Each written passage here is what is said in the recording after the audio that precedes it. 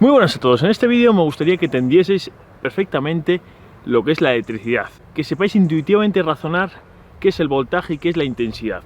Sé que hice un vídeo de esto mismo hace 5 años y es el vídeo con diferencia que más me han agradecido que haya hecho. Y ahora después de 5 años me gustaría volverlo a explicar, pero mejor.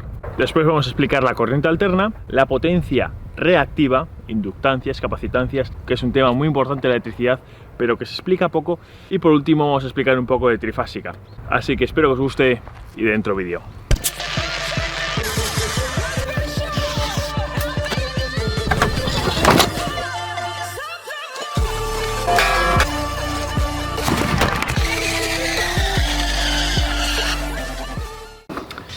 Vamos a empezar explicando la electricidad como si fuera agua. Creo que es la forma más fácil de entender lo que es el voltaje, la intensidad y la resistencia. Luego se va a complicar un poco más y ya no se va a poder explicar como si fuese agua, pero para que tengáis una idea base de lo que es la electricidad, creo que es muy buen ejemplo.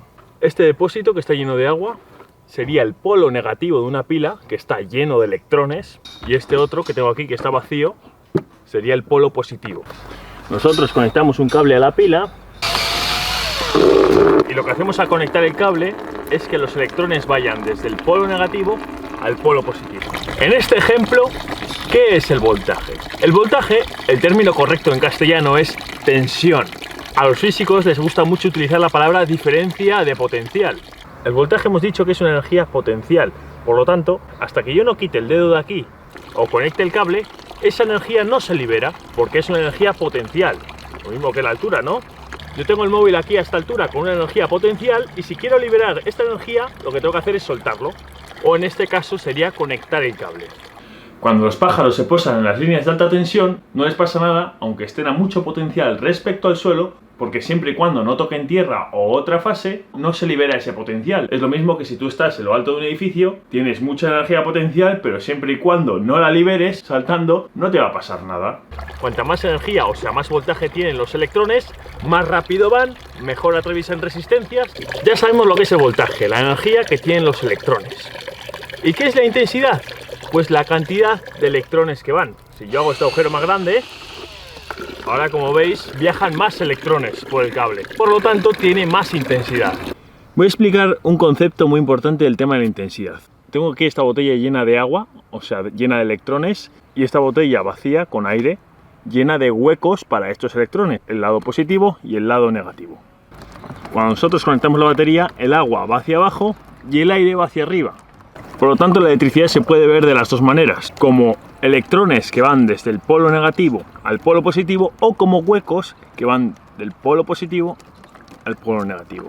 Cuando nosotros consideramos la intensidad positiva, quiere decir que estamos considerando cargas positivas, o sea, los huecos que dejan los electrones, en este caso el aire que está entrando a la botella.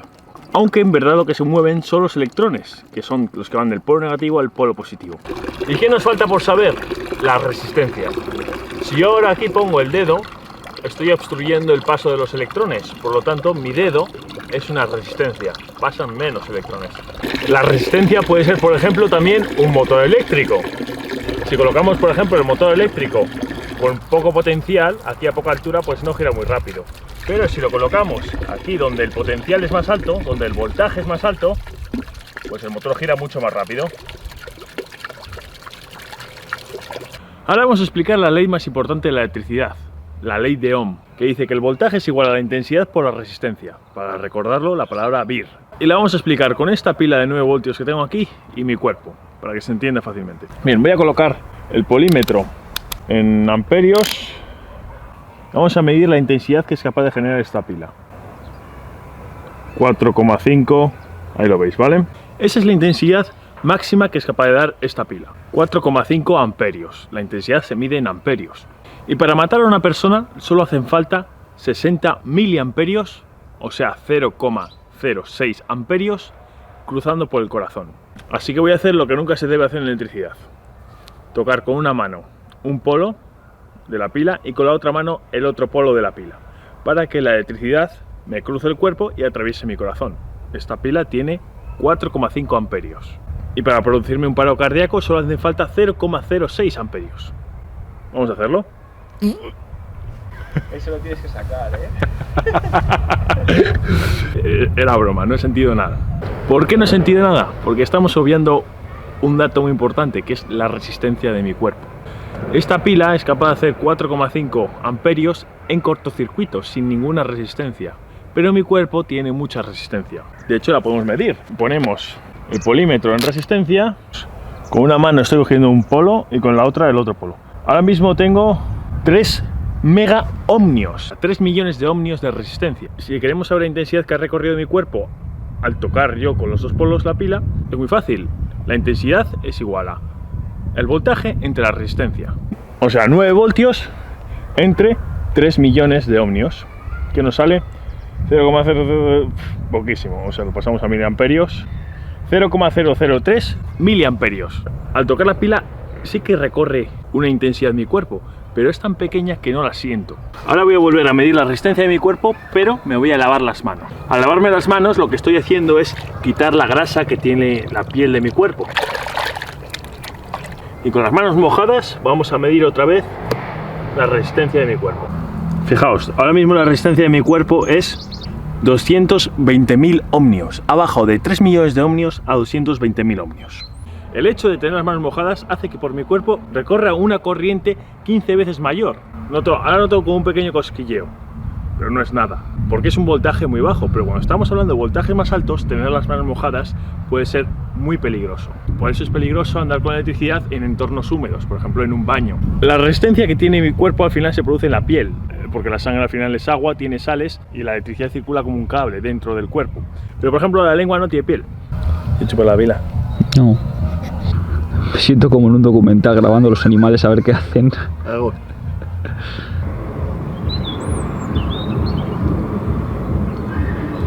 No es para tanto, ¿eh? Es un cosquilleo. No. Tampoco os estoy recomendando chupar pilas, pero no pasa nada.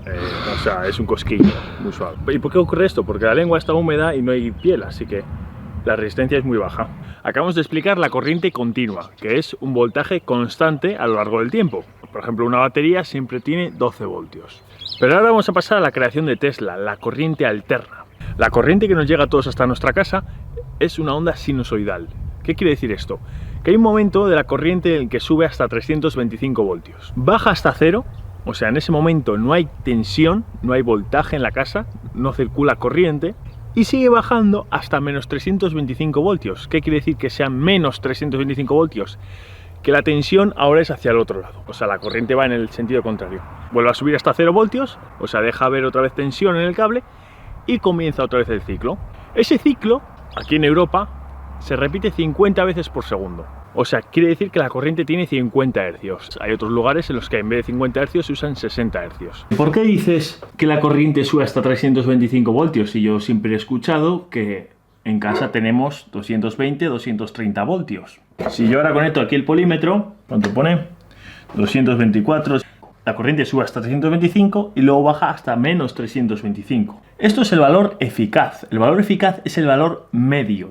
He creado este invento para explicaros lo que es la corriente alterna.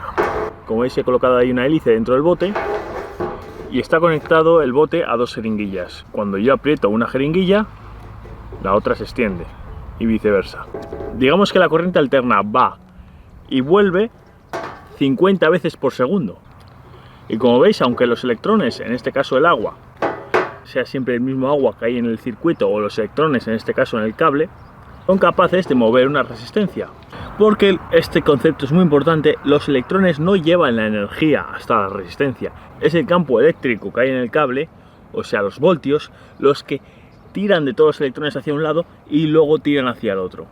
En este caso es la fuerza que yo estoy haciendo con las jeringuillas, la presión. Y para que la tensión nunca sea cero, en ningún momento, lo que hacemos es enviar una corriente trifásica en tres cables. Así cuando una onda baja, la otra está subiendo y así la tensión nunca baja a cero, como nos pasa en casa. Si nosotros cogemos el móvil y grabamos a cámara lenta, las luces se apagan porque nosotros a casa solo nos meten una fase y a otra casa pues le meterán la otra fase y así repartirán la potencia. Nosotros en casa solo necesitamos una fase y el neutro, hasta 0 voltios. Pero si vamos a la calle y grabamos a cámara lenta las farolas, veremos que no se apagan todas a la vez como en casa, porque tienen repartidas las fases. Se apaga una, se enciende otra más allá, luego la otra y se van repartiendo la potencia. Además, la tensión de la corriente trifásica siempre es más alta que la de una fase y tierra, que es lo que nos llega a nosotros a casa, entre una fase y el neutro. Como veis, la diferencia entre dos fases siempre es más alta que entre una fase y el neutro. Entre una fase y el neutro hay 230 voltios, como hemos dicho antes, pero entre una fase y otra fase hay 380 voltios. Por eso en la industria los motores trifásicos tienen muchísima más potencia que un motor monofásico, como puede ser el de nuestra lavadora. ¿Y por qué es tan interesante la corriente alterna? ¿Por qué complicarse la vida cuando la corriente continua es mucho más sencilla? Es un valor constante y ya está. Principalmente por dos motivos. El primer motivo es porque la electricidad se genera en generadores trifásicos, que generan una corriente alterna trifásica. Y el segundo motivo es por los transformadores. Esto que tengo aquí es un transformador, en concreto un transformador de microondas, ya los he sacado en muchos vídeos, y esto es muy sencillo lo que hace. Mete aquí corriente alterna a 230 voltios y eleva su tensión hasta 2000 y pico voltios que necesita el microondas para funcionar. Pero la clave es que solo funciona con corriente alterna, porque si aquí metiésemos corriente continua, una batería, ¿qué hacemos? Lo que hacemos es un electroimán, que de hecho ya hemos fabricado electroimanes muy potentes con transformadores de microondas. Porque al ser una corriente continua solo se genera un campo magnético en una dirección y ya está. Pero cuando metemos corriente alterna, ese campo magnético es variable e induce una corriente en el bobinado secundario. Entonces con un transformador podemos subir el voltaje o bajarlo si queremos. Pero claro, si subimos el voltaje, lo subimos a costa de perder intensidad, porque la potencia tiene que ser la misma. La potencia es voltaje por intensidad. Y si bajamos el voltaje, ganamos intensidad. Por culpa de que los transformadores solo funcionan con corriente alterna, es por el motivo que tenemos todos corriente alterna en casa y no continua. Porque con corriente alterna es la única manera de elevar la corriente para transportarla y que haya menos pérdidas. Ahora vamos a ver esto. Esto que tengo aquí detrás es una torre de alta tensión de 400.000 voltios. Alta tensión, peligro de muerte. Gracias, no hacía falta, ¿eh? No sé si se aprecia bien, pero tiene un tamaño colosal. Voy a alejar la cámara a ver si se aprecia el tamaño que tiene.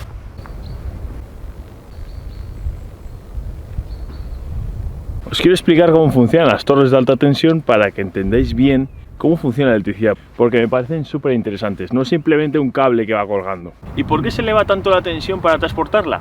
Para que haya menos pérdidas. Es la ley de Ohm.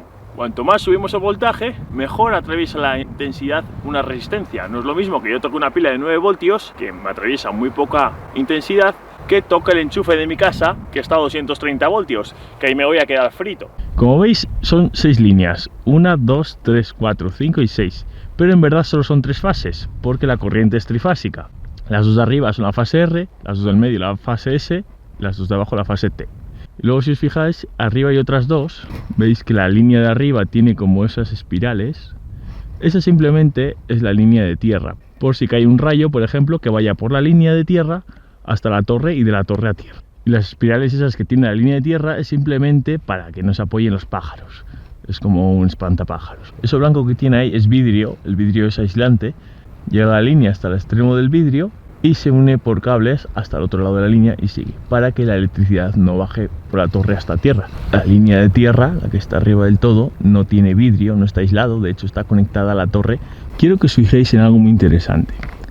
Como veis, las líneas no es un cable, son 3 cables unidos por esa anilla. Diréis, pues bueno, si pones 3 cables será para transportar el triple de corriente, el triple de intensidad.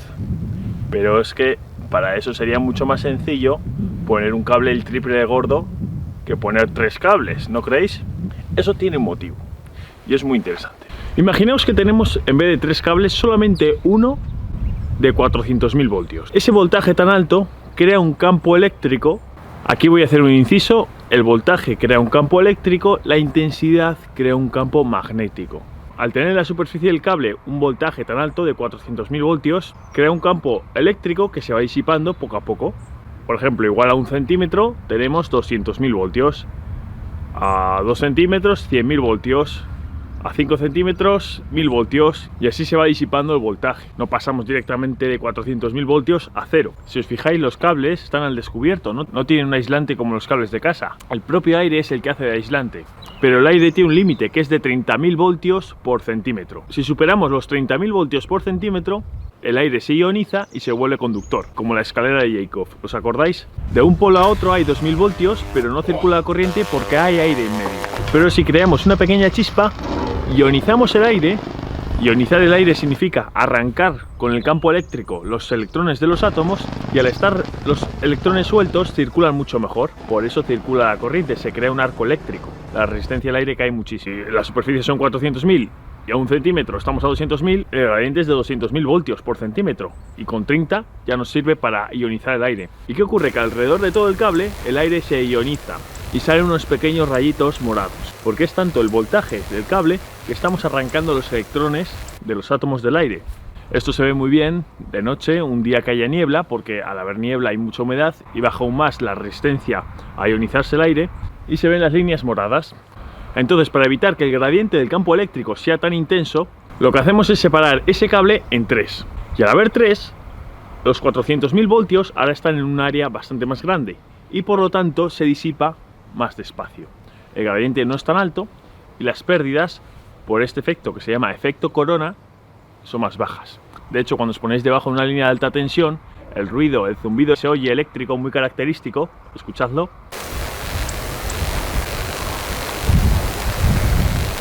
Ese ruido es producido por el efecto corona, por los pequeños rayitos que hay alrededor del cable.